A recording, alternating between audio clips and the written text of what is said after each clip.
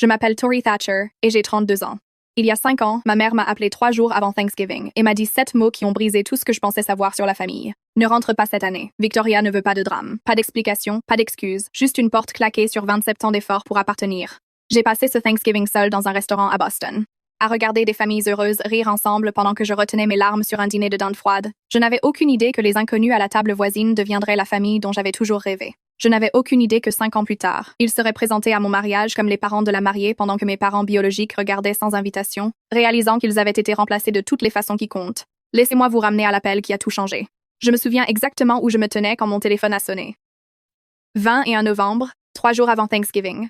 J'étais dans mon petit studio à Boston, entourée de valises à moitié faites et du parfum de la bougie à la citrouille que j'avais allumée pour me mettre dans l'esprit des fêtes. J'avais déjà acheté mon billet d'avion pour rentrer dans le Connecticut. Non remboursable, bien sûr. Le nom de maman est apparu sur l'écran. J'ai souri et j'ai décroché. Salut maman. J'étais justement sur le point de Tori. Sa voix était plate, froide. Il faut que je te dise quelque chose. Mon estomac s'est noué. Ce ton ne présageait jamais rien de bon. Qu'est-ce qui ne va pas? Papa va bien? Ton père va bien? Une pause. Écoute. J'ai réfléchi et ne rentre pas cette année. J'ai même ri.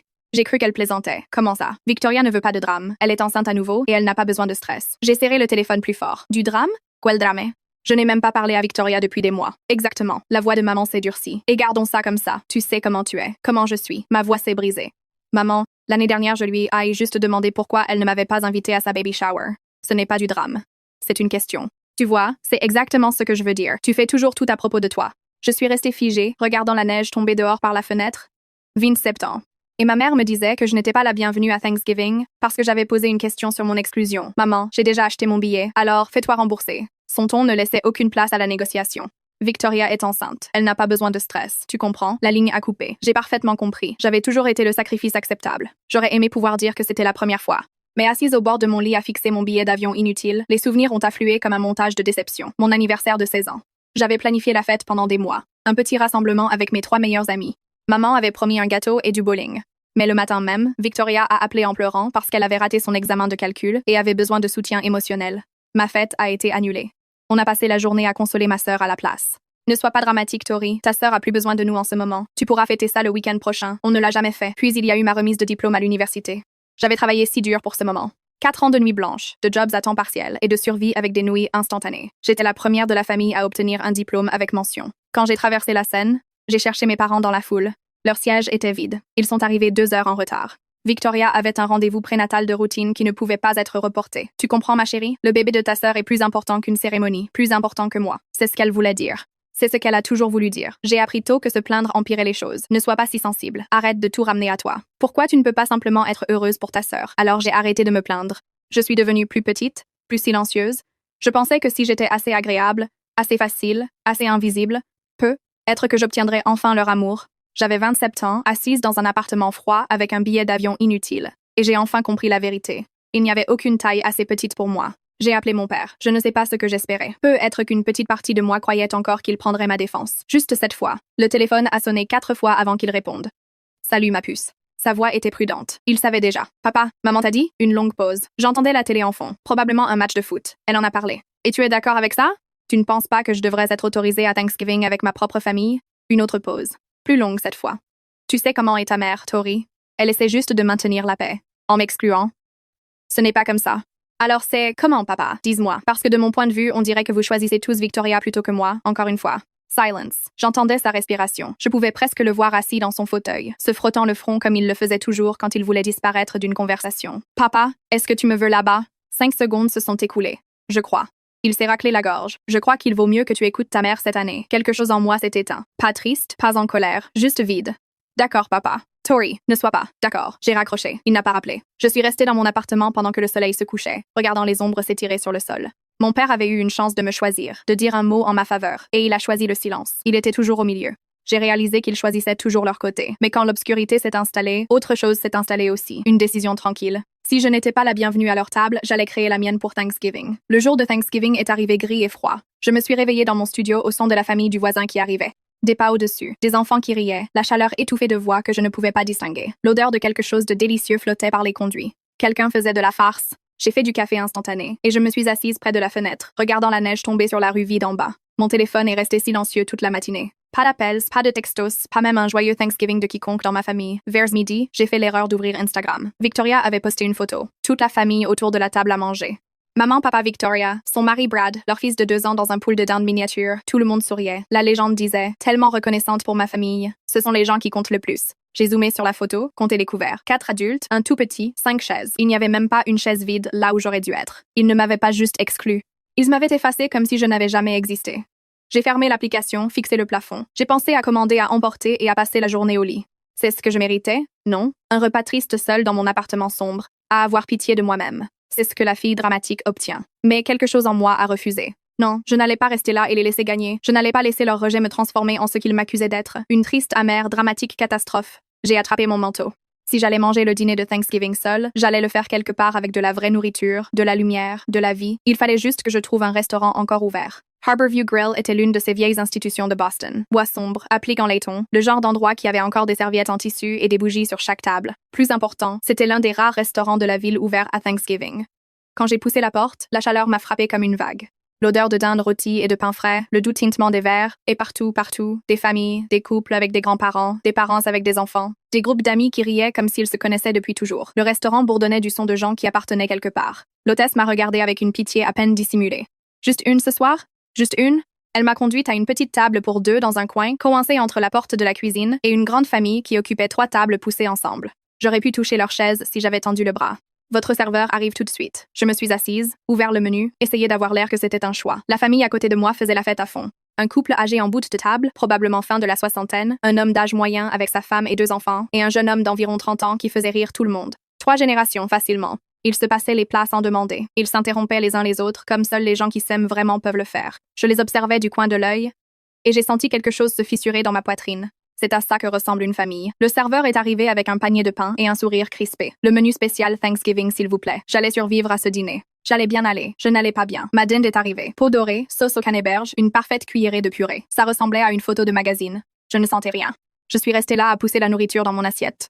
À essayer de ne pas regarder la famille à côté. À essayer de ne pas penser à ma propre famille réunie autour de leur table dans le Connecticut, riant, et passant la sauce sans une seule pensée pour la fille qu'ils avaient jetée. Et soudain, j'ai compris quelque chose que j'avais évité pendant 27 ans. Ce n'était pas à propos de Thanksgiving. Ce n'était pas à propos de la grossesse de Victoria ou du besoin de paix de maman. C'était à propos d'un schéma si profond qu'il avait façonné toute ma vie. J'avais passé 27 ans à essayer de gagner une place à leur table, me pliant en forme de plus en plus petite, avalant ma douleur. M'excusant d'avoir des sentiments, restant silencieuse quand j'aurais dû parler, parlant seulement pour qu'on me dise que j'étais trop. Et qu'est-ce que ça m'avait apporté? Une table dans un coin. Un repas seul? Une photo Instagram sans chaise vide? Si je continuais comme ça, si je continuais à essayer d'être assez petite, assez silencieuse, assez agréable, que me resterait-il? À un moment, il n'y aurait plus rien à réduire. Les larmes sont venues avant que je puisse les arrêter. J'ai tourné mon visage vers la fenêtre, espérant que personne ne remarquerait. J'ai pris ma serviette et l'ai pressée contre mes yeux, essayant d'être invisible, essayant de disparaître comme je l'avais toujours fait. Chérie, j'ai figé. Une voix de femme, chaude, inquiète. Ça va? J'ai levé les yeux. La femme âgée de la famille à côté était debout près de ma table. Cheveux argentés, yeux gentils, un visage qui semblait avoir passé une vie à vraiment écouter les gens. Elle me regardait comme si je comptais. Je vais bien, ai-je dit automatiquement. Juste. Des allergies. La femme a haussé un sourcil, pas jugeante, juste sachant. Les allergies ne font généralement pas pleurer les gens dans leurs serviettes à Thanksgiving. J'ai laissé échapper un son qui était à moitié rire, à moitié sanglot. C'est si évident, seulement pour quelqu'un qui fait attention. Elle avait une voix douce, mais il y avait de la force dessous, le genre de femme qui avait vu des choses. Je m'appelle Eleanor. Tori. Eh bien, Tori. Elle a jeté un coup d'œil à sa famille, puis à moi. Personne ne devrait manger seul ce jour-là. Pourquoi ne viendrais-tu pas nous rejoindre? J'ai secoué la tête immédiatement. Oh non, je ne peux pas. Je ne veux pas m'imposer. Tu ne t'imposes pas.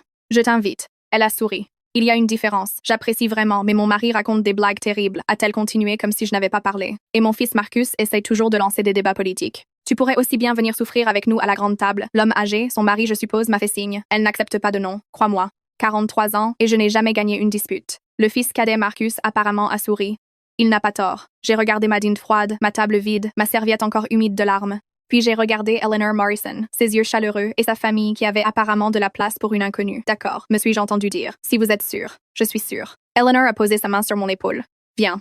On vient d'ouvrir une autre bouteille de vin et il y a trop de tartes. Je me suis levée sur des jambes tremblantes et les suivis à la table, sans savoir que ce moment unique, ce petit acte de gentillesse d'une femme que je n'avais jamais rencontrée, allait changer toute la trajectoire de ma vie. Ils m'ont fait de la place comme si j'avais toujours été là. Quelqu'un a tiré une chaise. Quelqu'un d'autre m'a tendu une assiette. Avant même de m'asseoir, j'avais un verre de vin à la main et un petit pain chaud dans mon assiette. Je m'appelle Richard, a dit l'homme âgé en me serrant fermement la main. Voici ma femme Eleanor, notre fils Daniel et sa femme Sarah, leurs enfants Emma et Lucas et notre cadet Marcus. Salut. J'ai fait un petit signe maladroit à la table. Je m'appelle Tori. Merci beaucoup pour. Qu'est-ce que tu fais, Tori? A demandé Daniel en me passant la purée. Je suis graphiste freelance surtout. C'est merveilleux, a dit Sarah. Je peux à peine dessiner un bonhomme bâton. Maman, les bonhommes bâtons c'est facile, a dit Emma. Elle avait l'air d'avoir environ 8 ans. Même moi je peux le faire. Tout le monde a ri. Ils se sont souris les uns aux autres. C'était un son si étranger. Marcus a croisé mon regard de l'autre côté de la table. Il avait mon âge, être un peu plus vieux, cheveux sombres et sourire facile. Attention, mon père va raconter une blague. Je ne vais pas, a protesté Richard. Si, a dit Eleanor. Richard a souri. Bon d'accord. Qu'est-ce que la dinde a dit à l'ordinateur? Papa non, a gémi Daniel. Google, Google, Google. Les enfants ont éclaté de rire. Sarah a levé les yeux au ciel. Marcus a secoué la tête. Et moi. J'ai vraiment ri.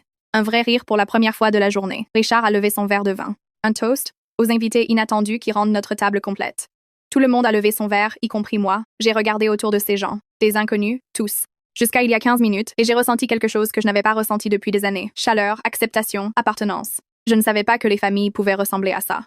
Après le plat principal, pendant que les enfants couraient explorer le restaurant et que les hommes débattaient sur le foot, Eleanor s'est assise sur la chaise à côté de la mienne. « Comment vas-tu » a-t-elle demandé doucement. « Vraiment » J'ai baissé les yeux sur mon assiette. « Mieux » C'est vraiment gentil. Merci. De rien. Elle a pris une gorgée de vin, mais ce n'est pas ce que j'ai demandé. Quelque chose dans sa franchise m'a donné envie d'être honnête. Je vais bien. J'ai juste un Thanksgiving difficile. Tu veux me dire pourquoi tu es vraiment seule ici? J'ai hésité. La vérité semblait trop pathétique à dire à voix haute. Ma propre mère m'a dit de ne pas rentrer. Ma sœur pense que je suis du drame. Mon père a choisi le silence plutôt que moi. Mais Eleanor a attendu, patiente, sans jugement dans les yeux.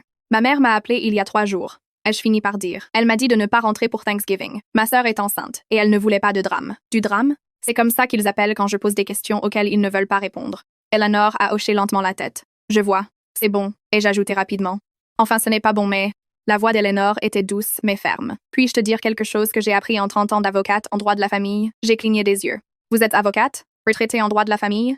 Elle a souri. J'ai vu toutes sortes de familles, toutes les dysfonctionnalités imaginables. Et j'ai appris que les gens qui t'accusent de causer du drame sont généralement ceux qui le créent. Ils ont juste besoin de quelqu'un à blâmer. Les mots m'ont frappé comme une force physique. Tu n'es pas le problème, Tori. Eleanor a posé sa main sur la mienne. Tu ne l'as jamais été. Je ne pouvais pas parler. Je pouvais à peine respirer. C'étaient les mots dont j'avais eu besoin toute ma vie. Hé, je veux faire une pause ici une seconde. Si tu regardes ça et que tu as déjà été blâmé pour causer du drame juste parce que tu as demandé à être traité équitablement, je te vois. Je veux savoir, as-tu déjà été le bouc émissaire dans ta famille? Tape ta réponse dans les commentaires. Et si cette histoire te touche de près, appuie sur le bouton like pour que plus de gens la trouvent. Maintenant, laisse-moi te raconter ce qui s'est passé ensuite. La soirée s'est terminée lentement.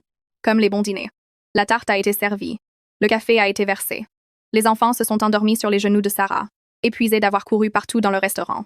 Quand l'addition est arrivée, j'ai tendu la main vers mon portefeuille, mais Richard l'a écarté. « S'il te plaît », a-t-il dit. « C'est pour nous. Je ne peux pas vous laisser. Tu peux et tu vas », a-t-il souri. Considère ça comme une tradition de Thanksgiving. On offre toujours le dîner aux nouveaux amis. Alors qu'on rassemblait nos manteaux et qu'on se préparait à partir, Eleanor a glissé quelque chose dans ma main. Une petite carte crème avec un texte noir élégant. J'ai baissé les yeux. Eleanor Morrison, JD, droit de la famille, retraité. En dessous, un numéro de téléphone et une adresse à Brookline. Si tu as besoin de parler, a-t-elle dit, appelle-moi. Je suis sérieuse. Merci. Richard est apparu à côté de nous, enfilant son manteau. Dîner du dimanche tous les semaines chez nous. Tu es la bienvenue quand tu veux. J'ai secoué la tête. C'est tellement gentil, mais je ne peux pas. Elle peut, a dit Marcus en rejoignant le groupe. Et elle devrait. Maman ne dit jamais des choses qu'elle ne pense pas. Crois-moi. Eleanor a serré ma main. La famille, ce n'est pas le sang, Tori. C'est se présenter. Je suis restée là dans le hall du restaurant à tenir une carte de visite d'une femme que j'avais rencontrée 3 heures plus tôt, recevant une invitation ouverte d'une famille à laquelle je n'avais aucun droit. Dehors, la neige tombait plus fort. Par la fenêtre, je voyais des familles se précipiter vers leur voiture, des enfants portés sur les épaules, des grands-parents serrant des contenants à emporter de tartes restantes. J'ai regardé les Morrison. Richard aidant Eleanor avec son écharpe. Daniel rassemblant des enfants endormis. Marcus attendant près de la porte avec un regard expectatif. D'accord, ai-je dit. Peut être que je passerai un jour. Eleanor a souri comme si elle avait su que je dirais oui depuis le début. Je n'avais aucune idée que je venais de rencontrer ma future famille. Je ne suis pas allée au dîner du dimanche la semaine suivante, ni celle d'après. Ça semblait trop étrange, trop audacieux, trop comme si je m'imposais dans la famille de quelqu'un d'autre. Mais Eleanor a appelé, juste pour prendre des nouvelles, a-t-elle dit, juste pour voir comment j'allais. Début décembre, j'ai enfin accepté l'invitation. Ce premier dimanche, je suis restée sur le porche des Morrison à Brookline pendant 5 bonnes minutes avant de trouver le courage de frapper. La maison était exactement comme je l'imaginais. Une belle victorienne avec un porche enveloppant et des lumières à chaque fenêtre. Ça ressemblait au genre d'endroit où de bonnes choses se passent. Eleanor a ouvert la porte avant que je puisse changer d'avis. Te voilà. Elle m'a serré dans ses bras comme si c'était la chose la plus naturelle du monde. On t'a gardé une place. C'était le premier de nombreux dimanches. Au cours des 6 mois suivants, je suis devenue une habituée de la table des Morrison. Richard m'a appris à jouer aux échecs, même si j'ai perdu toutes les parties. Eleanor m'a montré sa recette secrète de pâte à tarte, celle qu'elle jurait n'avoir jamais écrite. Les enfants de Daniel ont commencé à m'appeler Tante Tori sans que personne le leur dise. Et Marcus et moi sommes devenus amis. De vrais amis, le genre qui s'envoient des pensées aléatoires à 2 heures du matin, qui se disputent sur les films, et qui s'assoient l'un à côté de l'autre à table sans que personne ait à l'organiser. Je n'ai pas eu de nouvelles de ma famille biologique une seule fois. Pas d'appel, pas de texto, pas même une carte de Noël. Pour la première fois de ma vie, j'ai arrêté de le remarquer, parce que pour la première fois, je n'avais pas à performer pour obtenir de l'amour. Je ne me réduisais plus pour entrer dans les attentes de quelqu'un d'autre. J'étais juste aimée. Ça ressemblait enfin à rentrer à la maison. Un après-midi de printemps, environ 8 mois après ce premier Thanksgiving, Eleanor et moi étions assises sur son porche arrière. Le jardin commençait à fleurir. Des tulipes poussaient à travers le sol. Des oiseaux se disputaient la mangeoire. Richard était à l'intérieur à regarder un match avec Marcus. On les entendait crier à la télé. « As-tu eu des nouvelles de tes parents ?» a demandé Eleanor. J'ai regardé un rouge-gorge se poser sur la clôture. Non. Et je n'ai pas non plus tendu la main. Elle a hoché la tête, sans jugement dans les yeux. « Tu veux le faire ?» J'y ai réfléchi. Vraiment réfléchi. Parfois ai-je admis, au milieu de la nuit surtout. Je pense à appeler ma mère et à essayer d'expliquer. Mais ensuite, je me souviens qu'il n'y a rien à expliquer. Elle sait ce qu'elle a fait. Elle pense juste que ce n'était pas mal. C'est difficile à accepter. Ça l'est. J'ai serré mon cardigan plus fort. J'attends toujours de me sentir coupable. Tout le monde dit qu'on devrait pardonner à sa famille, quoi qu'il arrive. Le sang est plus épais que l'eau et tout ça. Tu sais, je n'ai jamais cru à ça. Eleanor a pris une gorgée de thé. Dans ma carrière, j'ai aidé beaucoup de gens à obtenir une reconnaissance légale pour les familles qu'ils ont construites. Pas celles dans lesquelles ils sont nés. Je me suis tournée vers elle. Que voulez-vous dire? Elle a souri, douce et sachant. Juste que la loi reconnaît ce que le cœur sait déjà, que la famille peut être créée, pas seulement héritée. Il y a des moyens de rendre ces liens officiels si une personne le veut. Je n'ai pas pleinement compris ce qu'elle insinuait. Pas encore. Quelque chose à réfléchir, a dit Eleanor. Quand tu seras prête. Elle a tapoté ma main et a changé de sujet pour ses plants de tomates. Mais ces mots sont restés avec moi. Ils ont pris racine lentement et ont fleuri exactement au bon moment. Ça s'est passé si naturellement que je ne l'ai presque pas remarqué. 2 ans après ce premier Thanksgiving, Marcus et moi n'étions plus juste amis. Nous étions quelque chose de plus, quelque chose qui avait grandi si progressivement que quand nous l'avons enfin reconnu, ça ressemblait moins à un début et plus à une reconnaissance de ce qui avait toujours été là. Il m'a invité à dîner au Harborview Grill, le même restaurant où nous nous étions rencontrés. Ça fait circulaire, ai-je dit en m'installant dans le box. C'est le but. Marcus était nerveux. Je pouvais le voir à la façon dont il ajustait sans cesse sa serviette. Je voulais te ramener là où tout a commencé. Où tout a commencé. Il a tendu la main par-dessus la table et pris la mienne. Tori, j'essaie de trouver comment dire ça depuis des mois. Il a pris une inspiration. Je veux passer le reste de ma vie à te choisir tous les jours. Mon cœur s'est arrêté. Marcus, je sais que ta famille t'a fait mal. Je sais que tu as peur que les gens censés t'aimer te déçoivent. Ses yeux étaient fixés sur les miens. Mais je ne vais nulle part. Je n'y suis jamais allée. Il a sorti une petite boîte de velours. Tori Thatcher. Veux-tu m'épouser? Je ne pouvais pas parler. Je ne pouvais pas respirer. J'ai regardé cet homme qui avait été mon ami d'abord. Mon confident ensuite. Mon roc pendant 2 ans de guérison. Et j'ai vu mon avenir. Oui, ai-je murmuré. Oui. Il a glissé la bague à mon doigt. Le restaurant a éclaté en applaudissements. J'avais été si concentrée sur Marcus que je n'avais même pas remarqué que les autres clients regardaient. Et puis je les ai vus dans le box du coin, Richard et Eleanor. Du champagne déjà versé, rayonnant comme s'ils avaient su depuis le début. Maman n'a pas pu résister. Marcus a ri. J'allais officiellement devenir une Morrison. La planification du mariage a commencé immédiatement. Option de lieu, traiteur, dégustation, consultations flair. C'était écrasant et excitant et tout ce que je ne m'étais jamais permis de rêver. Mais une question me tenait éveillée la nuit. Les invitations au mariage auraient besoin d'une ligne pour les parents de la mariée. Et je n'avais aucune idée de ce que j'allais écrire là. Robert et Linda Thatcher. Ils ne m'avaient pas parlé depuis plus de 2 ans. Pas appelé pour mon anniversaire. Pas reconnu mon existence d'aucune façon. Je ne pouvais pas mettre leur nom sur mon invitation de mariage. Ils n'avaient pas gagné cet honneur. Je faisais les 100 pas dans le salon des Morrison un soir quand Eleanor m'a trouvée. « Qu'est-ce qui te tracasse, ma chérie ?» Je lui ai parlé de l'invitation, de la ligne impossible que je n'arrivais pas à remplir. Eleanor s'est assise et a tapoté le coussin à côté d'elle. Je t'ai mentionné quelque chose une fois à propos de la reconnaissance légale pour la famille choisie. Tu te souviens? J'ai hoché lentement la tête. Tu as dit que la loi reconnaît la famille créée, pas seulement héritée. L'adoption d'adultes, a dit Eleanor doucement. C'est un processus légal où un adulte consentant est formellement adopté par une autre famille. Ça crée une relation légale parent-enfant, un nouveau certificat de naissance, un nouveau statut légal de plus proche parent. Tout. Mon cœur battait fort. C'est réel? Très réel. J'ai aidé beaucoup de gens à travers le processus. J'ai regardé cette femme qui m'avait tiré dans sa famille la nuit la plus solitaire de ma vie, qui m'avait nourri au dîner du dimanche et appris sur la pâte à tarte et montré ce qu'une mère pouvait être. Eleanor. Ma voix s'est brisée. Est-ce que vous et Richard envisageriez? Elle m'a serré dans ses bras avant que je finisse la phrase. On t'a considéré comme notre fille depuis le premier Thanksgiving, a-t-elle murmuré. On attendait juste que tu sois prête. Le processus d'adoption a pris plusieurs mois, paperasse, audience au tribunal, dépôts légaux. Mais avec Eleanor me guidant à chaque étape, ça ressemblait moins à de la bureaucratie et plus à une cérémonie. Quand le juge a signé l'ordre final, je suis devenue légalement Tori Morrison. J'avais un nouveau certificat de naissance, de nouveaux parents légaux, une nouvelle famille sur papier et dans mon cœur. Le mariage était fixé pour le juin suivant. On a envoyé les invitations avec la ligne qui m'avait fait tant souffrir maintenant imprimée fièrement. Parents de la mariée, Richard et Eleanor Morrison. J'aurais dû savoir que la famille Thatcher finirait par l'apprendre. 3 mois avant le mariage, mon téléphone a vibré avec un texto de Victoria. Le premier message d'elle en près de 3 ans. Tu sais que Tori se marie? J'ai fixé l'écran. Puis j'ai bloqué le numéro. Une semaine plus tard, ma mère a appelé 5 fois en une journée. J'ai laissé tous les appels aller sur messagerie. Finalement, un texto. Pourquoi tu ne nous l'as pas dit? Nous sommes ta famille. Rappelle-moi immédiatement. Je l'ai lu 2 fois, puis je l'ai supprimé. 3 ans de silence. 3 ans de faire comme si je n'existais pas. Et maintenant, soudain, ils se souvenaient qu'ils avaient une autre fille. Je n'étais pas en colère. J'avais dépassé la colère depuis longtemps. J'étais juste fatiguée. Marcus m'a trouvé en train de fixer mon téléphone ce soir-là. Tout va bien? Ma famille biologique a appris pour le mariage. Ah. Il s'est assis à côté de moi. Qu'est-ce que tu veux faire? Rien. J'ai rangé le téléphone. Je ne leur dois rien. Pas d'explication, pas d'invitation, rien. Il a hoché la tête et m'a serré contre lui. Quoi que tu décides, je te soutiens. Mais on savait tous les deux que ce n'était pas fini. Les Thatcher n'étaient pas le genre de famille à accepter d'être ignorés. La question était, qu'allait-il faire? Elle s'est présentée à mon appartement un mardi après-midi. Je travaillais de chez moi, en train de revoir des maquettes de design à ma table de cuisine, quand la sonnette a retenti. J'ai ouvert sans vérifier le Judas, une erreur que je ne referai plus. Tori. Ma mère se tenait dans mon couloir. Elle avait l'air plus vieille que dans mon souvenir, plus grise, plus fatiguée, mais ses yeux avaient la même expression déçue que j'avais passé mon enfance à essayer d'effacer. Maman? Le mot semblait étranger dans ma bouche. Qu'est-ce que tu fais ici? Qu'est-ce que je fais ici? Elle est entrée dans l'appartement sans y être invitée. Qu'est-ce que tu fais? Te marier sans le dire à ta propre mère? On n'a pas parlé depuis 3 ans. Et c'est la faute de qui? J'ai fermé la porte lentement, compté jusqu'à 5. La tienne? C'était ta faute. Tu m'as dit de ne pas rentrer. Pas pour Thanksgiving. Ça fait des années.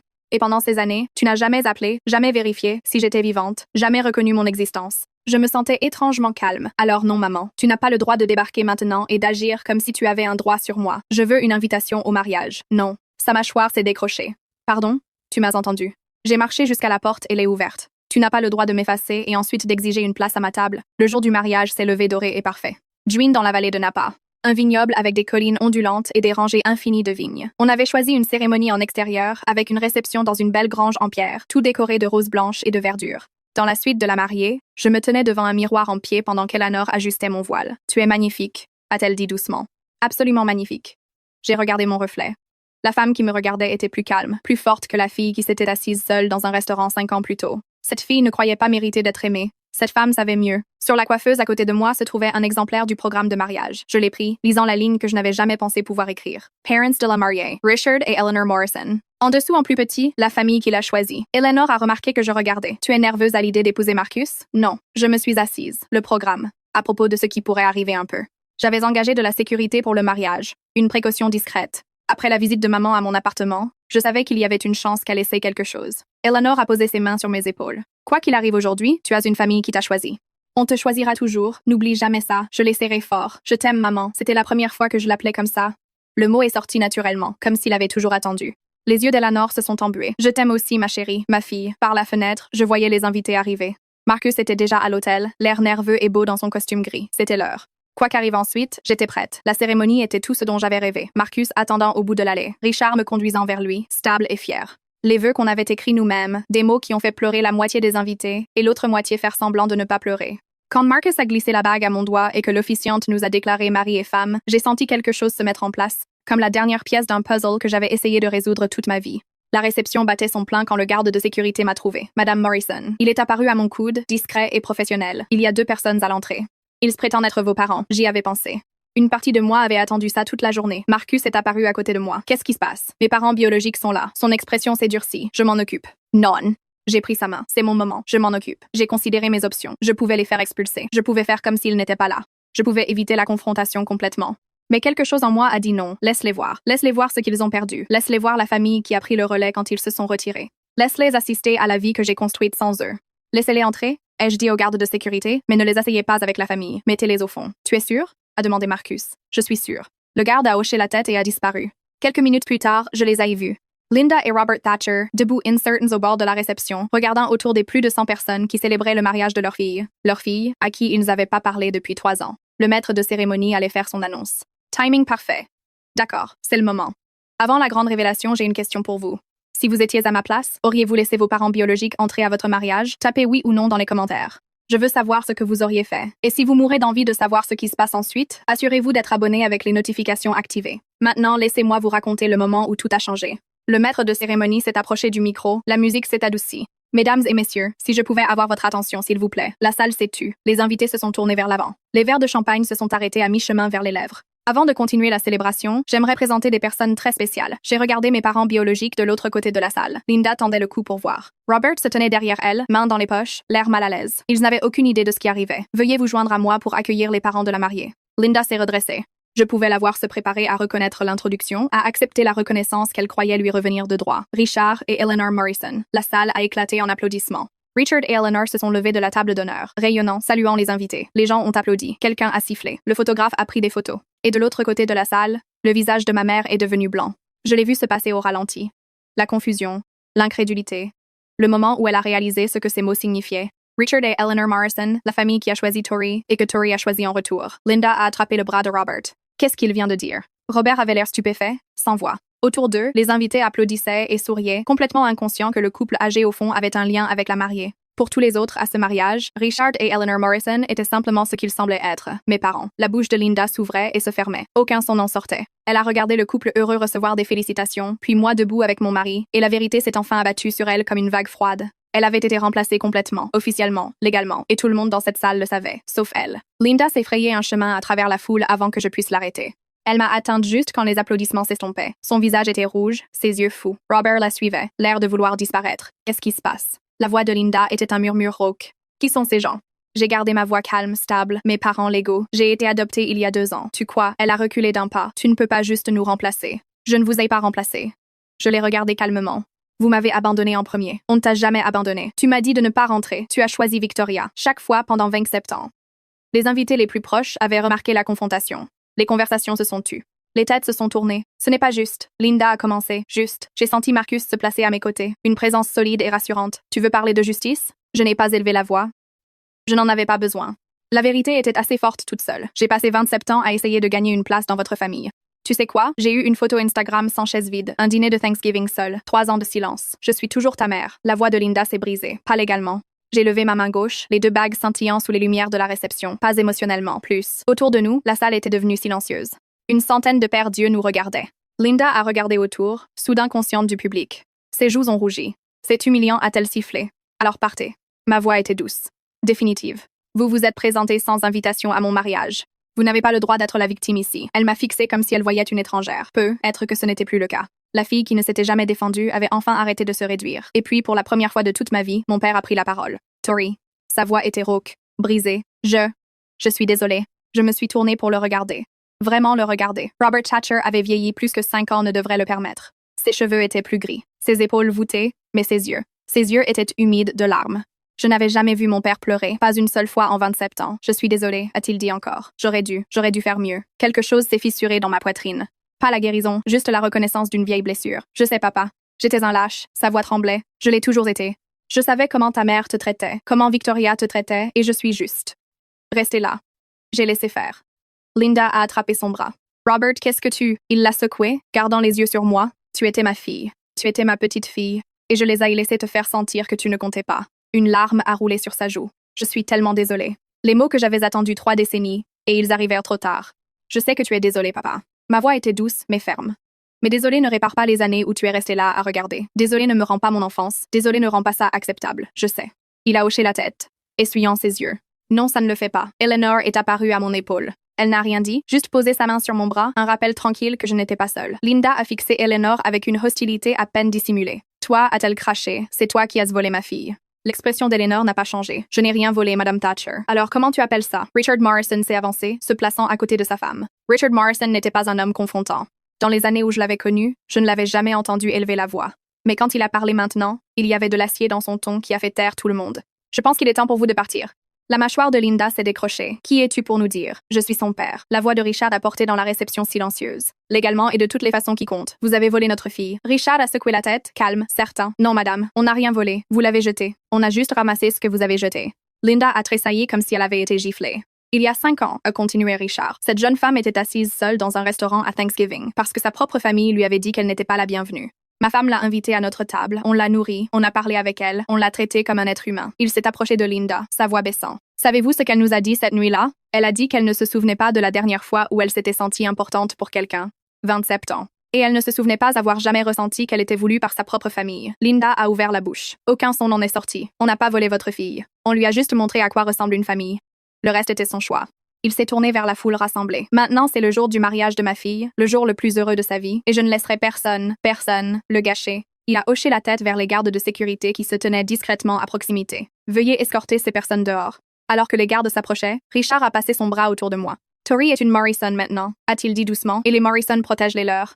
C'est ce que ressemble un père. Avant que les gardes ne les emmènent, j'ai levé la main. Attendez, tout le monde s'est figé. Linda m'a regardé avec quelque chose comme de l'espoir dans les yeux. Peut-être qu'elle pensait que j'avais des doutes. Peut-être qu'elle pensait que j'allais céder. J'ai marché vers mes parents biologiques, arrêtés à un bras de distance. Maman, papa, les mots semblaient encore étranges dans ma bouche quand dirigés vers eux. Je veux que vous compreniez quelque chose.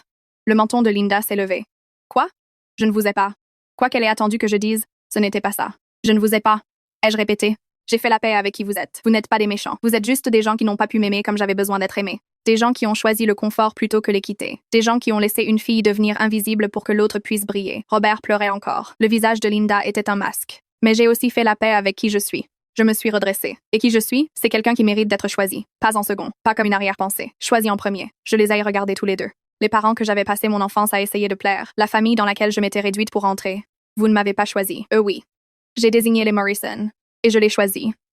La salle était silencieuse. Une centaine d'invités regardaient ce moment, et pas un n'a bougé. Linda a ouvert la bouche pour parler. Je ne l'ai pas laissé. Je n'efface pas votre place dans mon histoire. Je refuse juste de vous donner une place à ma table désormais. Et ce n'est pas de la vengeance. C'est juste la conséquence naturelle de vos choix. J'ai hoché la tête vers la sécurité. Au revoir, maman. Papa. Alors qu'ils étaient escortés dehors, les invités du mariage ont commencé à applaudir. Pas pour le drame, pour moi. Le reste du mariage était tout ce que j'avais espéré. On a dansé, on a ri, on a coupé le gâteau pendant que tout le monde acclamait. Marcus m'a fait tourner sur la piste de danse jusqu'à ce que je sois étourdie de joie. Pendant ces quelques heures, je me suis permis d'oublier la confrontation et d'être simplement heureuse. Mais le lendemain matin, mon téléphone a commencé à exploser. Des textos de cousins que je n'avais pas entendus depuis des années. Des messages de tantes et oncles que je connaissais à peine. La famille Thatcher élargie avait entendu ce qui s'était passé au mariage. Et ils avaient des opinions. Comment as-tu pu faire ça à ta mère? La famille, c'est la famille quoi qu'il arrive. Tu as brisé le cœur de ton père. Je les ai supprimés sans répondre. Mais puis est venu un texto de quelqu'un d'inattendu.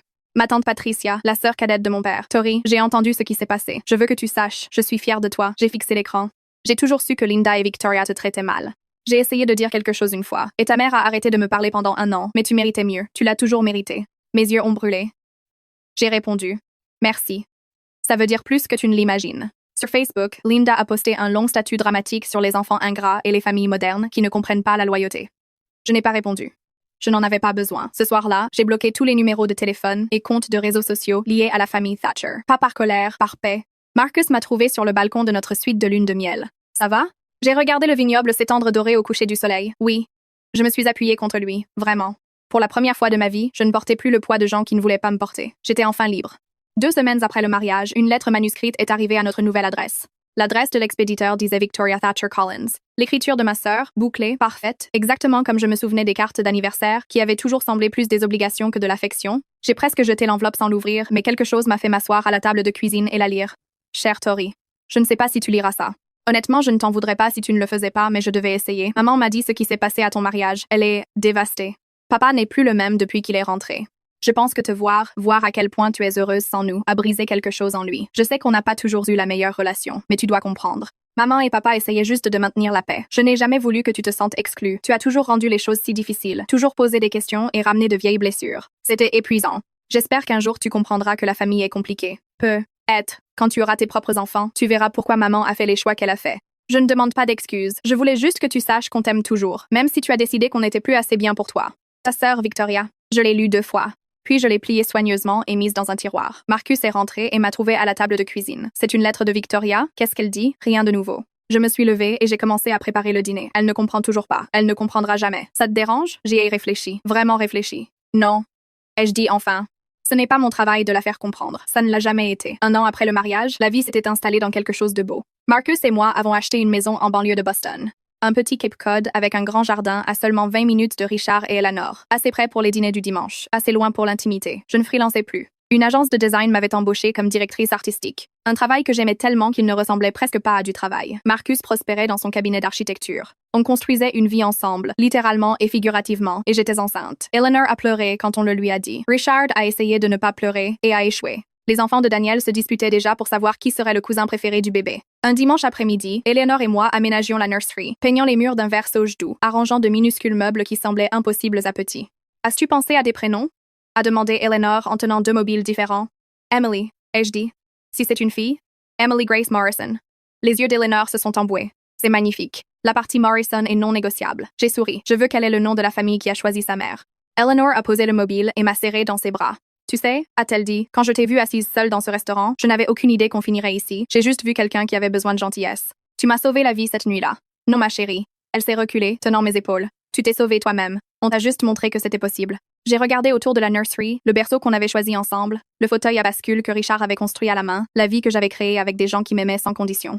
J'avais enfin tout ce que j'avais toujours voulu. J'étais chez moi. 5 ans jour pour jour après m'être assise seule au Harborview Grill, je me suis assise en bout de table très différente. La maison des Morrison était le chaos, le meilleur genre. Emily, maintenant âgée de 6 mois, était passée de genou en genou comme un petit trésor baveux. Les enfants de Daniel jouaient à un jeu de cartes compliqué dans un coin. Sarah se disputait avec Marcus sur la bonne façon de découper une dinde. Richard volait de la tarte supplémentaire quand il pensait qu'Eleanor ne regardait pas. Elle regardait. Très bien tout le monde. Eleanor a claqué les mains.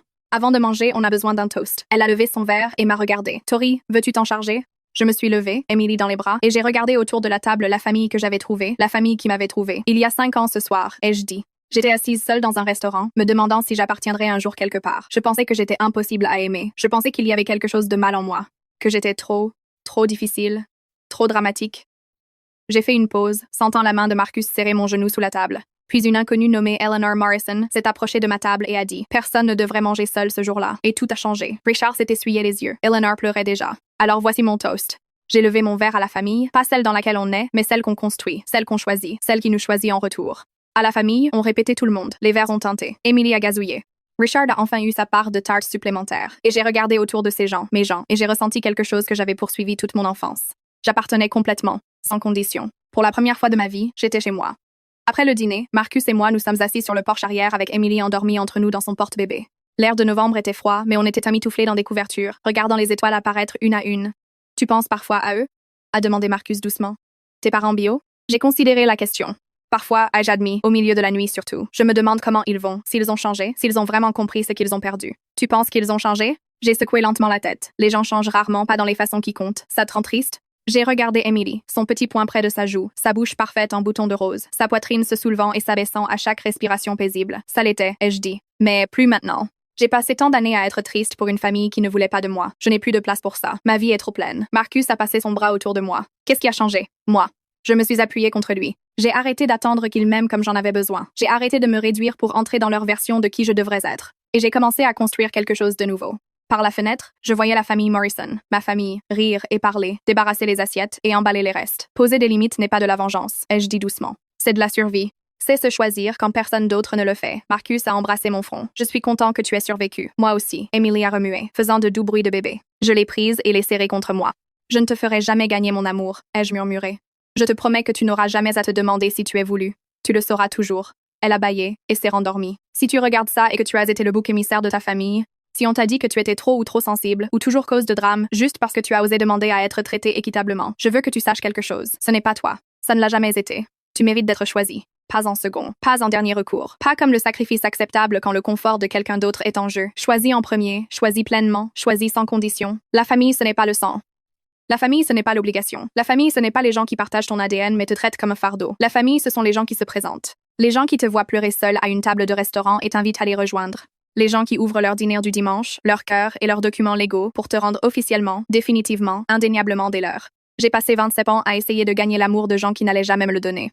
Et puis, j'ai passé 5 ans à apprendre à quoi ressemble vraiment l'amour. Pas de la famille dans laquelle je suis née, mais de la famille qui m'a choisi. Si les gens censés t'aimer ne peuvent pas le faire, s'ils ont prouvé encore et encore que tu seras toujours dernière, tu as le droit de construire ta propre famille, tu as le droit de partir. Tu as le droit d'être heureuse. Ce n'est pas de la vengeance. Ce n'est pas du drame.